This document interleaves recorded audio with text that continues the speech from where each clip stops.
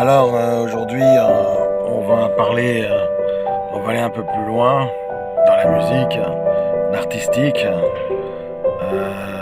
On va pas oublier on va pas oublier justement quand il faut pas oublier, des fois on l'oublie. Ça aussi, ça c'est vrai.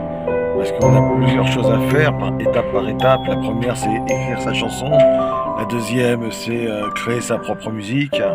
La troisième, c'est faire l'harmonisation et mettre en place les équaliseurs et mettre en place le son qui soit de qualité. Parce qu'un son de mauvaise qualité, c'est toujours désagréable. Après, si on peut pas, ben, on fait au mieux. Et c'est vrai que de mettre un son de qualité avec un ingénieur du son ou quelque chose comme ça, ben, c'est pas mal. Ça rend bien, ou de faire un enregistrement au studio, ou alors de se préparer, enfin voilà. Dans la préparation, il faut pas oublier cet aspect du son, quoi. On est face à un public qui est de plus en plus exigeant, parce que nous sommes tous des connaisseurs de musique, hein. C'est-à-dire que dans la connaissance de la musique, il y a une exigence au niveau du son et au niveau des paroles, mais c'est comment dire, c'est dans cette exigence. Le public est un public averti dans sa majorité. C'est la majorité des publics avertis.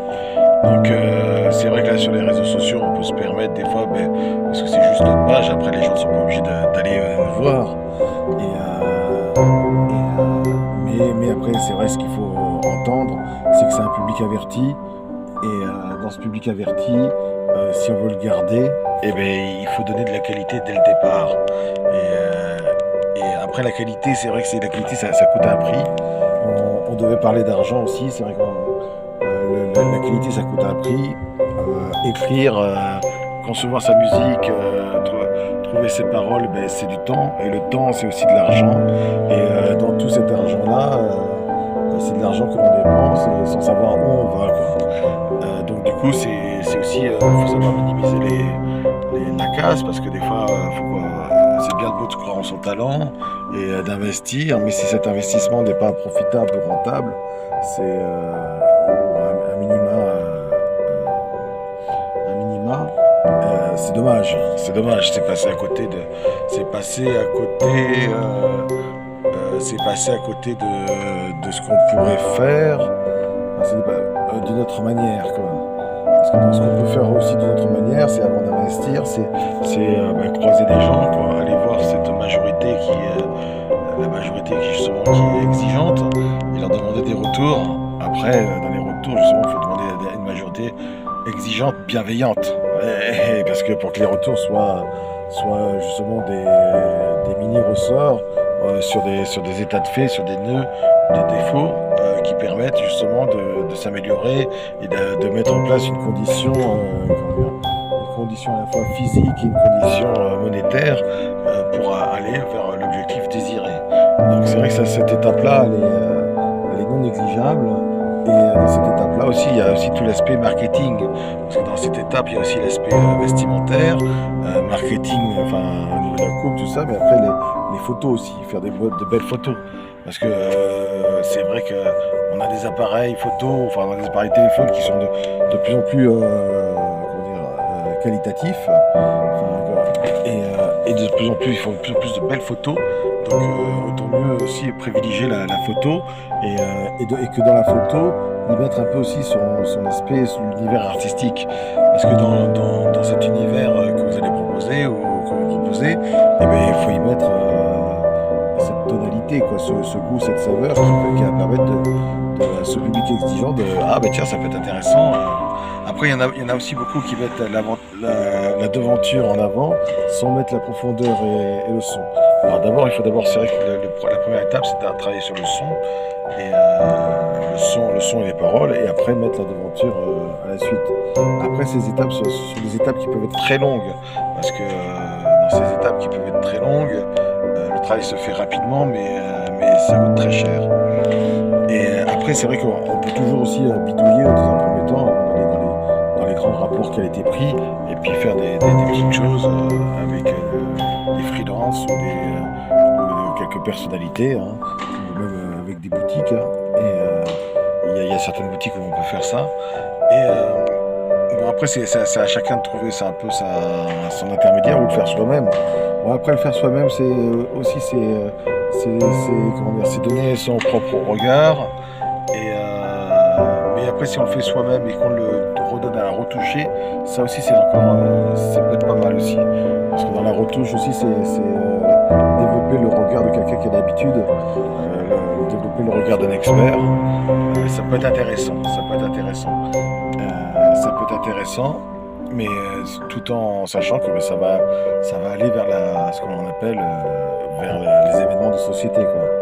Et dans les événements de société, justement, c'est la publicité qui correspond à la société, et avec ses angles de vue, et puis ses étonnements, ses surprises, et c'est la publicité aussi qui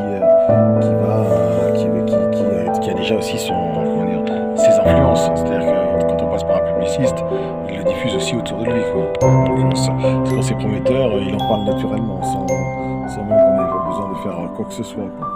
Alors, c'est vrai que dans tout ça, voilà, il faut faire des choix mesurés par rapport à son portefeuille quand on est seul.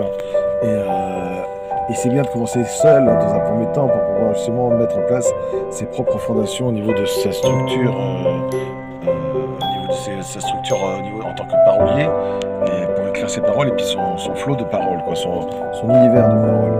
Parce que souvent quand on commence à deux, on devient une équipe, et puis dans cette équipe, on a besoin de l'autre, mais on va pas au bout de sa propre personnalité créatrice. On va au bout des deux, on va au bout du duo, on va créer le duo sans même créer sa personnalité créatrice et sans même se connaître. Alors c'est bien de faire les deux, hein, de faire le duo et puis de faire des choses seules, et puis même de faire des quattros, des cinco, enfin il n'y a pas vraiment de... Mais aussi il y a une base où quand on fait une base où on est seul, ça nous permet aussi d'affirmer aussi un petit peu notre univers, et parce que nos univers artistiques se développent, changent, évoluent, se transforment au fil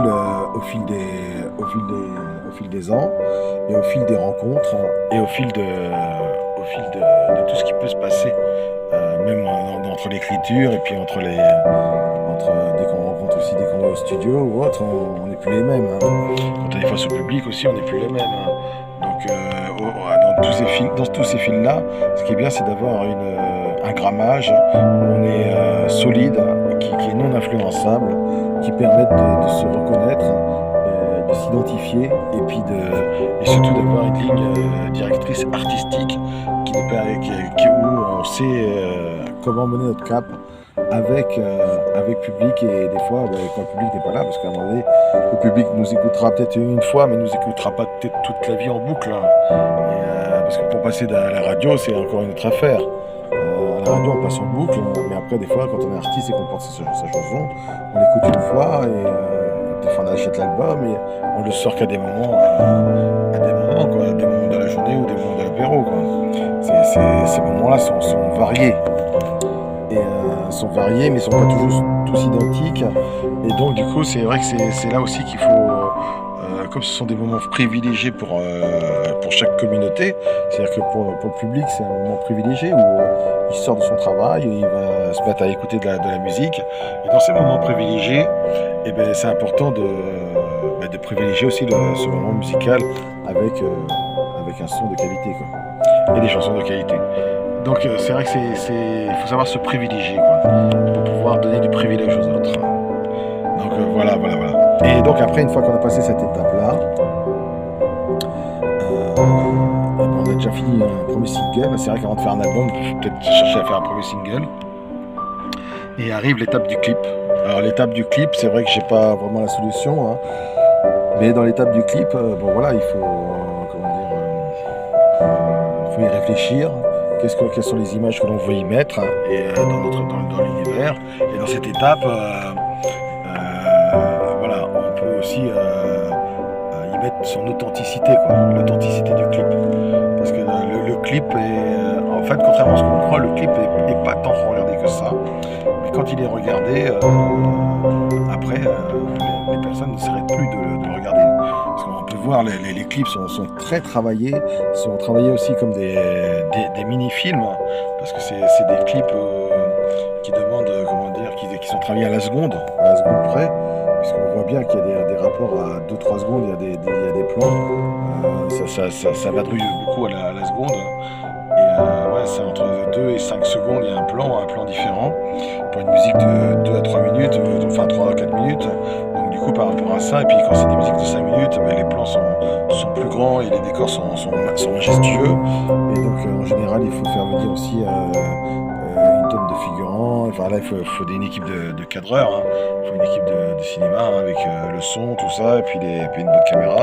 Et surtout, ben, mettre en place aussi des costumes, de la figuration et faire quelque chose qui sorte un peu du lot, parce que souvent si on a mis du privilège et qu'on met pas de privilège dans le clip, on fait quelque chose d'assez neutre, hein. On est en haut des rochers, on se met à chanter, bon, ça c'est déjà vu, ça. Il y a des choses qui sont déjà vues, quoi. Bon, après c'est à chacun de voir, mais bon, tant qu'à apporter sa chanson, en général quand on porte sa chanson, c'est qu'on a mis des choses qui nous sont propres et qui sont vues d'une certaine manière, qui sont peut-être déjà vues dans le thème, mais qui ne sont pas vues dans la manière de faire, quoi. Donc autant mieux continuer avec la vidéo, et avec une équipe de cinéastes, de vidéastes, et un ingénieur du son, bien entendu, pour que la qualité soit top. Et donc une fois qu'on a fait toutes ces étapes-là, on croit qu'on a fini, mais ce n'est jamais fini. Et là arrive l'épreuve du guerrier. Dans l'épreuve du guerrier, c'est mettre en place le marketing de vente. On en parlera sur une prochaine vidéo. Allez, à très bientôt. C'était Monsieur Emergence.